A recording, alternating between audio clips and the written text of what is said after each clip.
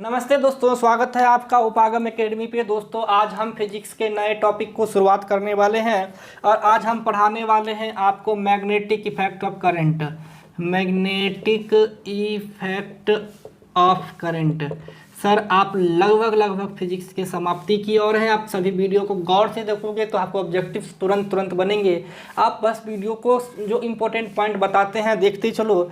Sir magnetic effect of current पढ़ने से पहले आप मैग्नेट भी पूछोगे। सर मैग्नेट क्या होता है और मैग्नेट में करंट कैसे काम करता है, ये आपको जानना पहले ज़रूरी है, तब उसके प्रभाव को जानेंगे कि आखिर मैग्नेटिक इफेक्ट से विद्युत मोटर ये सभी कैसे काम करते हैं। तो चलिए, चुंबक क्या होता है, चुंबक कैसे काम करता है, कैसे किसी चुंबक के चारों ओर तार लपेट देने से वह एक विद्युत चुंबकीय क्षेत्र बनाता है।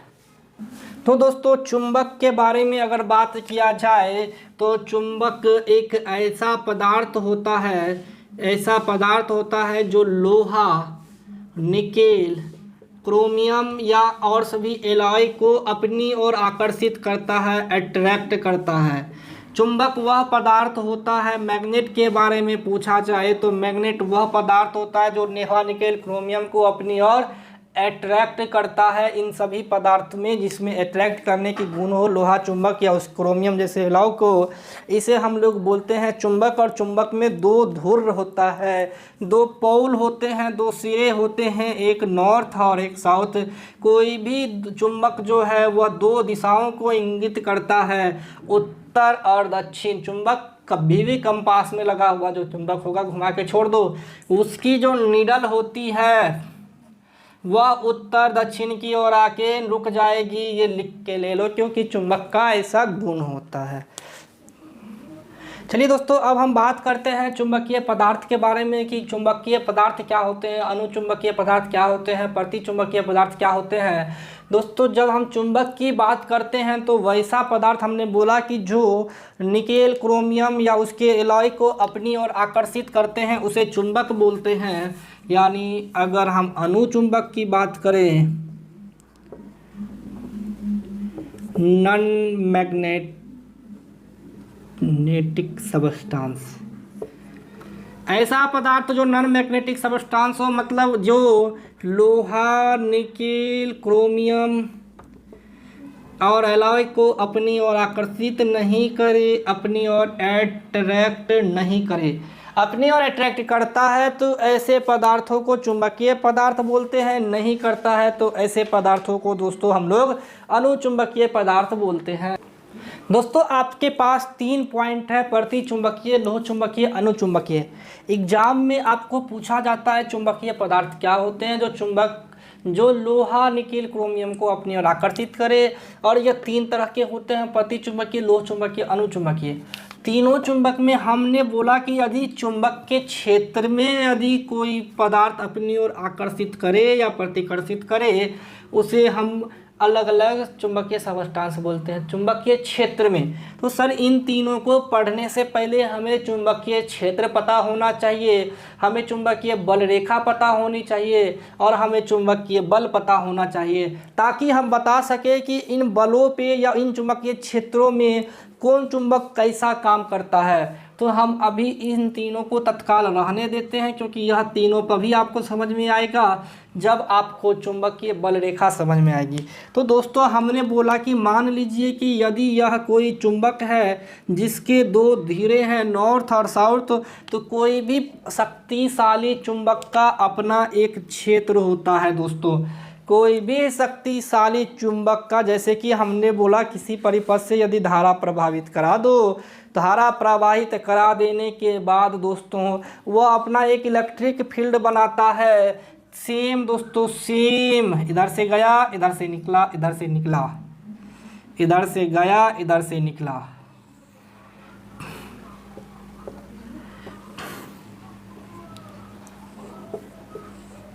तो तो यह एक शक्तिशाली चुंबक है जिसमें यदि दोस्तों यह चुंबक जो है अपना एक गुण होता है कि यह चुंबक अपनी ओर आकर्षित करता है या प्रतिकर्षित करता है।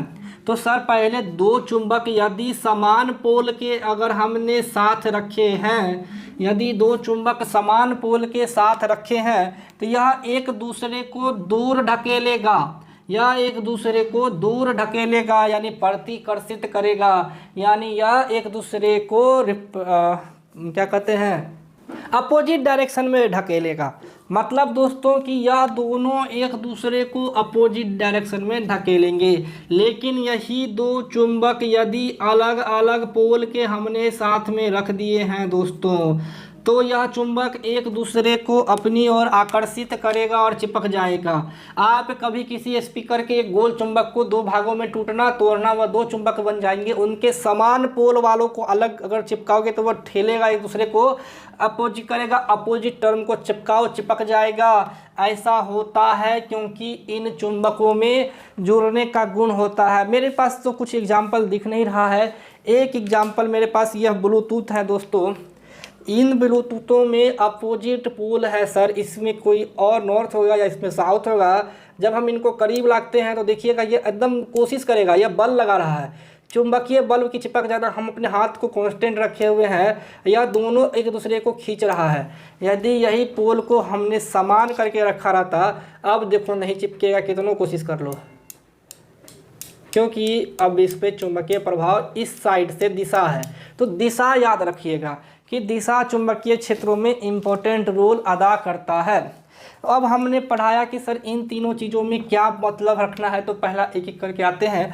बोला कि सर किसी भी चुंबकीय क्षेत्र, चुंबक में अपना एक क्षेत्र होता है, जिन क्षेत्र में चुंबकीय शक्ति काम करती है। मतलब इस क्षेत्र में अगर हमने किसी लोहा को यहाँ रखा है तो यह चुंबक उसे अपनी ओर आकर्षित करेगा, लेकिन यहाँ रखा है तो नहीं करेगा, यहाँ रखा है तो नहीं करेगा क्योंकि यह इसके क्षेत्र के बाहर है। यदि किसी चुंबक के पास अगर हम लोहा को लाते हैं देखते हैं कि यहाँ लाया तो यह अब के आर को खींच लिया। अभी भी तो ब्लूटूथ को हमने दिखाया सर, देखिएगा कि सर इस ब्लूटूथ में अट्रैक्शन की गुण है, यहाँ रखे हैं कितनों कोशिश करो नहीं चिपक रहा है, नहीं चिपक रहा है, नहीं चिपक रहा है।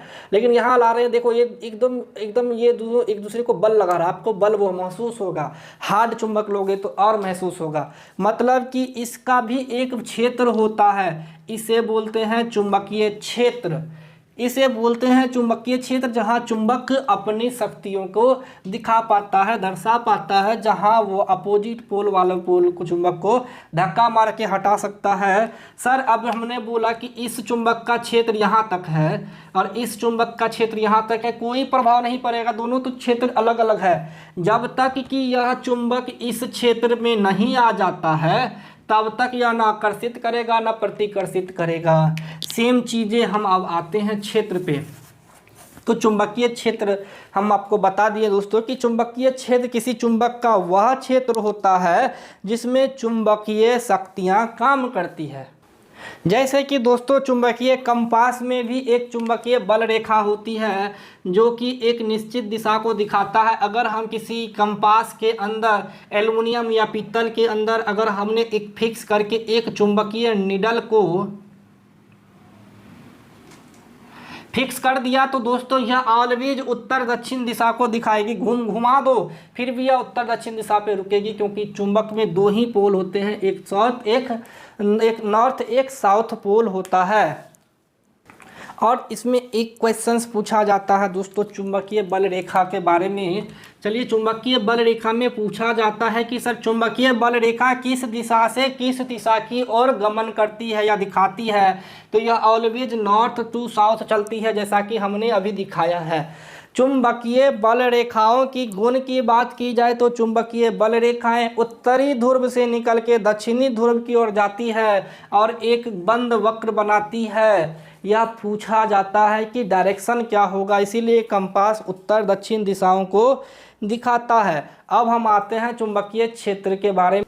तो दोस्तों हम क्या करते हैं ना, चुंबकीय क्षेत्र को दिखाने से हम क्या करते हैं कि अगर कोई चुंबक लिया है दोस्तों हम इसलिए इस सभी पॉइंट को लिखे हैं यहाँ पर बता रहे हैं, क्योंकि ये सभी पॉइंटें इन पॉइंटों से रिलेट करती है। प्रति चुंबकीय सबस्टांस अनुचुंबकीय सबस्टांस चुंबकीय क्षेत्र पे डिपेंड करती है।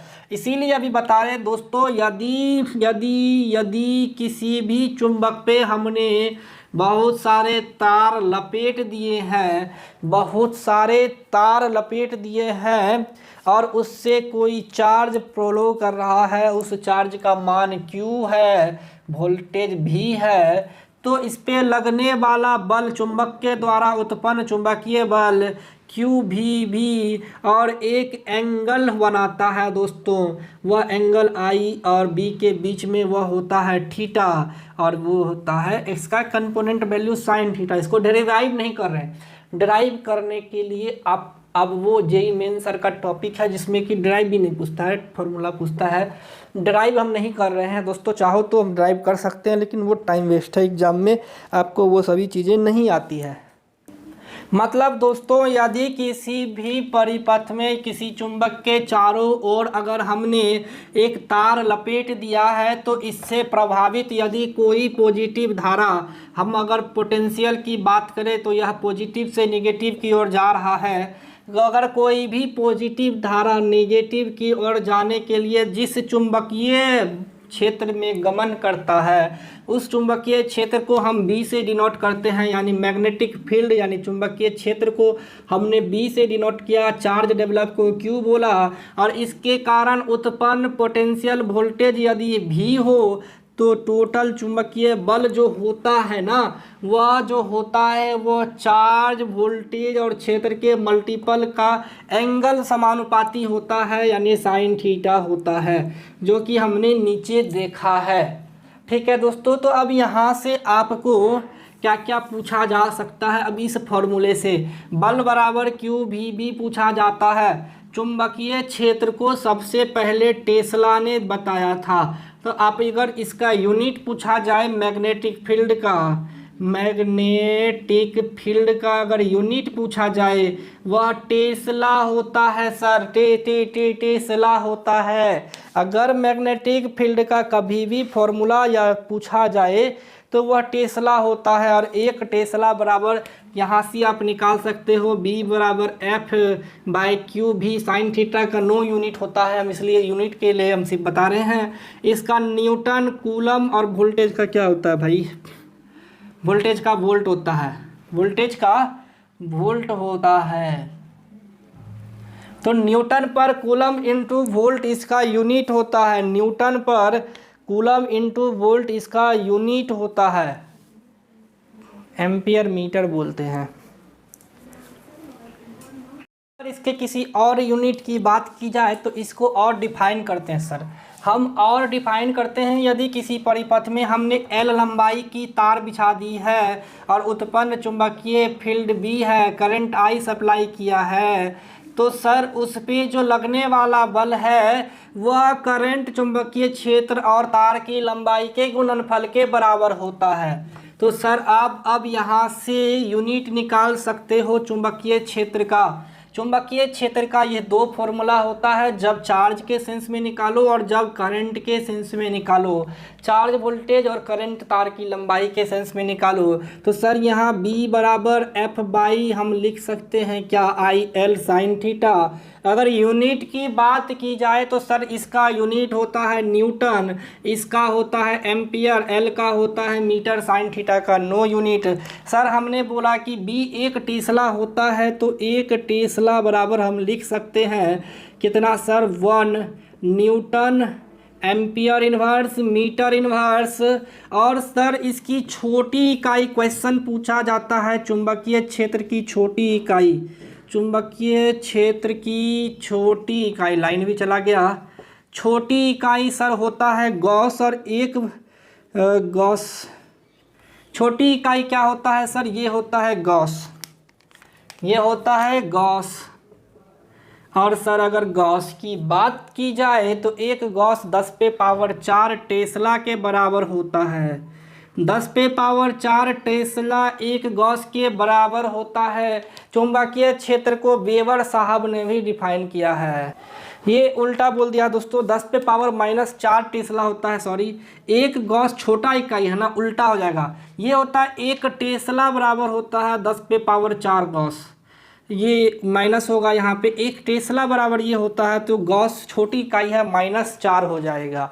तो अगर हमने चुंबकीय क्षेत्र के बारे में बोला कि सर इसकी एक इकाई को वेबर साहब ने भी दर्शाया था, और इसीलिए एक टेस्ला बराबर 1 यूनिट और होता है, एक टेस्ला बराबर होता है 1 weber per metre square, weber per metre square. इसे भी आप ध्यान में रखेंगे। तो ये तीन चार चीज़ें फॉर्मूला सभी क्वेश्चंस हैं। अभी हम अनुचुंबकीय पराचुंबकीय, इसलिए सभी चीज़ें बोर्ड पे लिखे हुए हैं, नहीं मिटा रहे, क्योंकि सभी चीज़ों से ये जुड़ा हुआ है।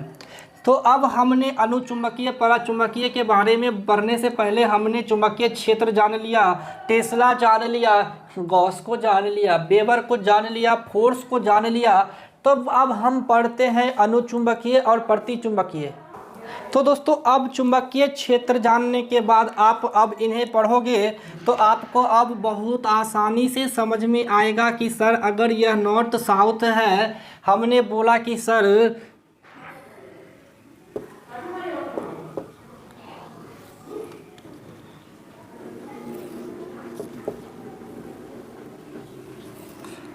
ठीक है, यह एक चुंबकीय क्षेत्र है जिसको हमने दिखाया है सर आपके सामने। यह एक चुंबक है जिसका कुछ चुंबकीय क्षेत्र है जिसका दायरा यहाँ से यहाँ तक है। हमने बोला कि सर इस चुंबकीय क्षेत्र में अगर हमने किसी और चुंबक या किसी और ऐसे पदार्थ को लाया जिसे चुंबक या तो अट्रैक्ट या डायरेक्टिव कर सकता हो, यानी प्रतिकर्षित करता हो या आकर्षित करता हो, अट्रैक्ट या डायरेक्ट करता हो, उसे हम लोग बोलते हैं क्या कहते हैं, चुंबक। अब हम आते हैं प्रतिचुंबक के बारे में। तो दोस्तों यदि इस चुंबकीय फील्ड में किसी ऐसे सबस्टांस को रखा जाए जो चुंबक उसे अट्रैक्ट तो करे नहीं, हमने सर इस चुंबकीय फील्ड में मान लीजिए कि इस चुंबकीय फील्ड में एक सबस्टांस को लाया और इसे किसी चुंबक के सिरे के पास रख दिया। यदि यह चुंबक स्ट्रांग चुंबक होगा, शक्तिशाली चुंबक होगा, तब जाके यह इसे कुछ हद तक रिपेल कर पाएगा, प्रतिकर्षित कर पाएगा, दूसरे जगह ठेल पाएगा, प्रतिकर्षित कर पाएगा।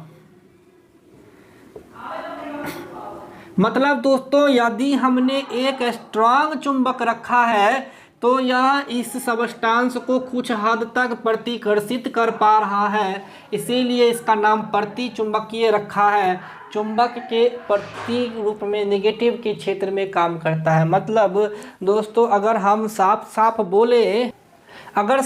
बोले तो दोस्तों यदि किसी चुंबक नॉर्मल चुंबक में, स्ट्रांग का ही बात नहीं करें, यदि किसी नॉर्मल चुंबक में किसी ऐसे पदार्थ को लाया जाए तो यह चुंबक उसे क्या करता है ना, मतलब इसके गुण को ही नष्ट कर देता है, या अब इसमें अट्रैक्ट या रिपेल करने की इस सबस्टांस को यह अपने फील्ड के बाहर कर देता है, ना रिपेल कर पा रहा है ना अट्रैक्ट कर पा रहा है, और इसमें एक विपरीत गुण आ जाता है। मतलब क्या कि यह चुंबक की तरफ ना जाके चुंबक से दूर जाने लगता है, निगेटिव गुण आते हैं, प्रति गुण आता है, इसीलिए इसका नाम प्रतिचुंबक है। लेकिन स्ट्रांग चुंबक के किसी भी छोर के पास अगर हम रखते हैं तो भी यह इस पर निगेटिव काम करता है, लेकिन थोड़ा हद तक इसको रिपेल करता है। मतलब क्षेत्र में नॉर्मल चुंबक तो कुछ असर करता नहीं है, लेकिन स्ट्रांग चुंबक इसको रिपेल करता है। परिभाषाएं एग्जाम में उतनी महत्वपूर्ण नहीं रखती है जितना कि एग्जाम्पल आपसे प्रतिचुंबक, अनुचुंबक और लोह चुंबक का एग्जाम्पल पूछा जाता है बार बार। दोस्तों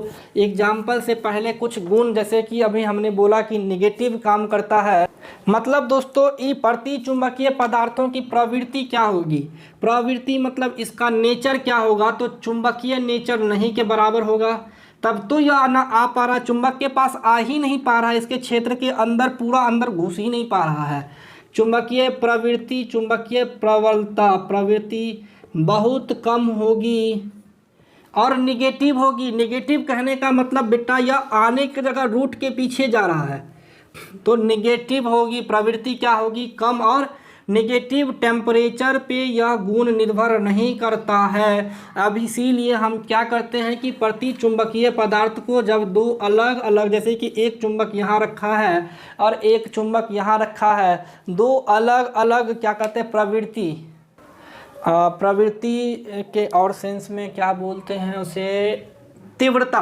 जैसे कि सर मैंने नॉर्थ साउथ रखा है और नॉर्थ साउथ रखा है, इन दोनों को एक साथ रखा है, तो सर दोनों असमान चुंबक दिखेंगे क्योंकि दोनों का पोल अलग अलग है। तो असमान चुंबक के बीच में यदि किसी पदार्थ को रखा जाए तो यह जिसकी तीव्रता, मान लो कि इसका क्षेत्र बड़ा है, इसका क्षेत्र क्या है, बहुत बड़ा है, और इसका क्षेत्र कम है, तीव्रता कम है, तो जिसकी तीव्रता अधिक होगी उसके पास न जाके उससे दूर जाएगा, इस पे कोई फर्क नहीं पड़ेगा, इससे रिपेल होगा, प्रतिकर्षित होगा। ये चीज़ें कहा जाता है प्रति चुंबकीय के बारे में। मतलब यह चुंबकीय बल रेखा से दूर जाता है, कोई भी प्रति चुंबकीय पदार्थ चुंबकीय बल रेखा से दूर जाता है, दूर जाता है, दूर जाता है। एग्जाम्पल याद रखना, एग्जाम्पल आपसे बार बार पूछा जाता है। नमक होता है, बिस्मत होता है, सोना होता है, चांदी होता है। चलिए एग्जाम्पल हम लिख देते हैं।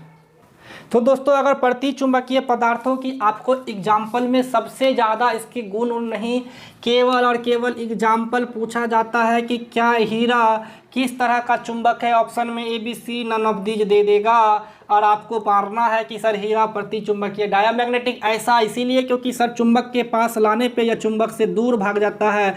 स्ट्रॉन्ग, इसमें चुंबक का गुण होता ही नहीं है। स्ट्रॉन्ग चुंबक के पास जाने से यह रिपेल होता है। स्ट्रॉन्ग चुंबक जिसकी तीव्रता बहुत तीव्र हो, तो आपको सर पानी, पारा, एल्कोहल, हाइड्रोजन, नाइट्रोजन, सोना, चांदी, हीरा, तांबा, ये जो है तांबा, सोना, चांदी, हीरा, जस्ता, ये सभी जो आपको जिससे कि आपको बनाए जाते हैं, सो क्या कहते हैं, जवाहरात, नमक, एंटीमनी और बिस्मत, ये आपको प्रति चुंबकीय के एग्जाम्पल हैं। ट्रिक बहुत आसान है कि आपको पानी वाले चीज़ याद रखने, हाइड्रोजन, नाइट्रोजन, एल्कोहल, पारा और जल। उसके बाद जल में नमक, सोना, चांदी, हीरा, पारा, जस्ता, तांबा, एंटीमनी, बिस्मत, हो गया आपको पैरामेडिकल डायामैग्नेटिक खत्म।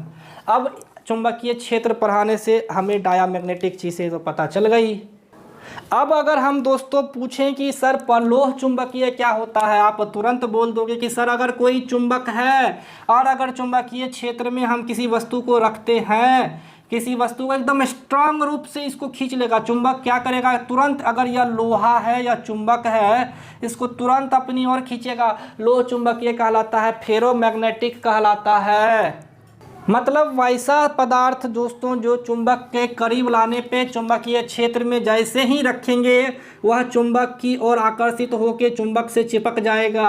हमने बोला प्रति चुंबकीय चुंबक से आकर्षित न होकर प्रतिकर्षित होता है, लोह चुंबकीय आकर्षित होता है, अनुचुंबकीय पे कोई प्रभाव ही नहीं पड़ता है चुंबक का, न आकर्षित होता है न प्रतिकर्षित होता है, जिसे पैरामैग्नेटिक बोलते हैं। तो अगर लोह चुंबकीय का एग्जाम्पल पूछा जाए तो लोहा के सदृश दिखने वाले एग्जाम्पल पहले पहल तो फेरस, फेरिक क्लोराइड,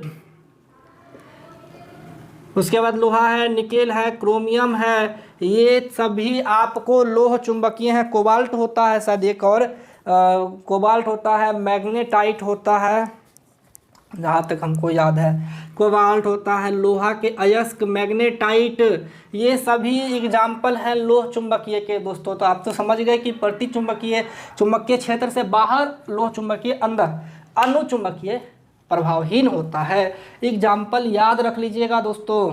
अगर अनुचुंबकीय की बात की जाए दोस्तों तो यह प्रति चुंबकीय का जस्ट उल्टा होता है, यह निगेटिव काम करता था ना, कि यह क्षेत्र से बाहर की ओर जाता था। अनुचुंबकीय क्या होता, अगर हम किसी पदार्थ को अगर चुंबक के पास रखें तो यह चुंबकीय क्षेत्र की ओर जाता है, लगभग इसकी जो प्रवृत्ति होती है ना बहुत कम होती है, जैसे कि इसकी भी प्रवृत्ति बहुत कम थी, लेकिन यह क्षेत्र के बाहर जाता था या क्षेत्र के अंदर।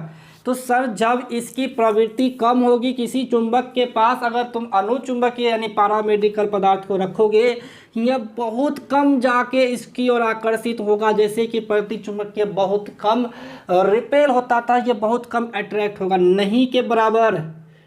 नहीं के बराबर अट्रैक्ट होगा, यानी यह इससे नहीं चिपकेगा, चुंबकीय गुण नहीं के बराबर होता है। लेकिन अगर इसी चुंबक की प्रबलता तीव्रता स्ट्रांग कर दी जाए, तीव्रता बढ़ा दी जाए, स्ट्रांग चुंबक अगर हम उठा के ले आए और इसी अणुचुंबकीय पदार्थ को ले आए तो यह ध्रुव के सिरों की ओर हल्का सा चिपकेगा, हल्का आकर्षित होगा।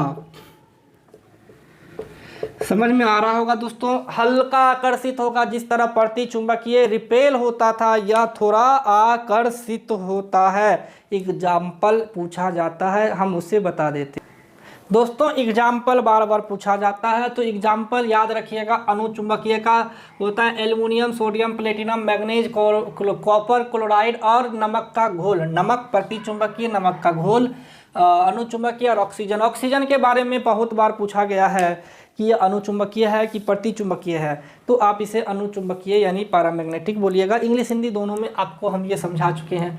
क्षेत्र पे कैसे डिपेंड करता है, चलिए अगले क्लास में हम चुंबकीय बल रेखाओं, फिर इलेक्ट्रिक इफेक्ट बताएंगे। थॉमसन इफेक्ट तो बताती हैं, फ्लेमिंग क्या बायां हस्त नियम, उसके बाद दाएं हस्त का नियम चुंबकीय, और कैसे इलेक्ट्रोमैग्नेटिक पर मोटर काम करता है, सभी हम अगले वीडियो में आपको बताएंगे दोस्तों। चुंबकीय क्षेत्र में अभी आपको जितने भी टॉपिक्स हैं, कम से कम आपके पास जो बुक है उससे मिलाएं, देखें क्या छूट रहा है, क्या बाकी है।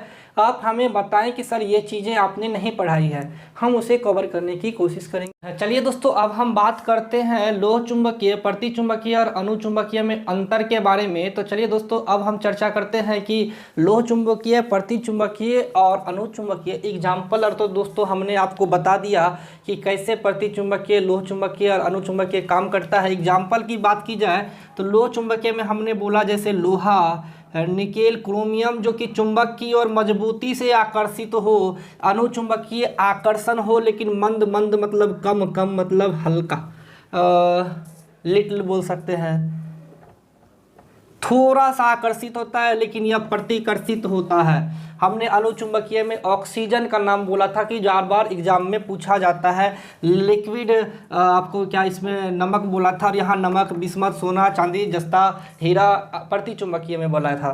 तो दोस्तों अब कुछ एग्जाम्पल हैं जो आपको बता देते हैं। कभी कभी इन पॉइंटों से पॉलिटेक्निक में एक दो क्वेश्चंस आता है, पैरामेडिकल में नहीं आता है, बीएड में भी नहीं आता है, तो सिर्फ और सिर्फ पॉलिटेक्निक में कुछ क्वेश्चंस आते हैं। लेकिन पैरामेडिकल वाले एक बार आप इसे पढ़ ले, क्योंकि क्या पता एग्ज़ाम अभी अपने पैटर्न पे, अगर चूँकि अब कंपटीशन हार्ड हो गया है तो एग्ज़ाम में कुछ सिलेबस बड़ा हो, इसीलिए 2 पॉइंट है, बहुत आसान है। जैसे कि पूछा जाता है कि सर प्रतिचुंबकीय, जैसे हमने एग्जाम्पल दिया सर प्रतिचुंबकीय में हमने ठोस, द्रव्य, गैस तीनों का एग्जाम्पल दिया, प्रतिचुंबकीय और अणुचुंबकीय दोनों में।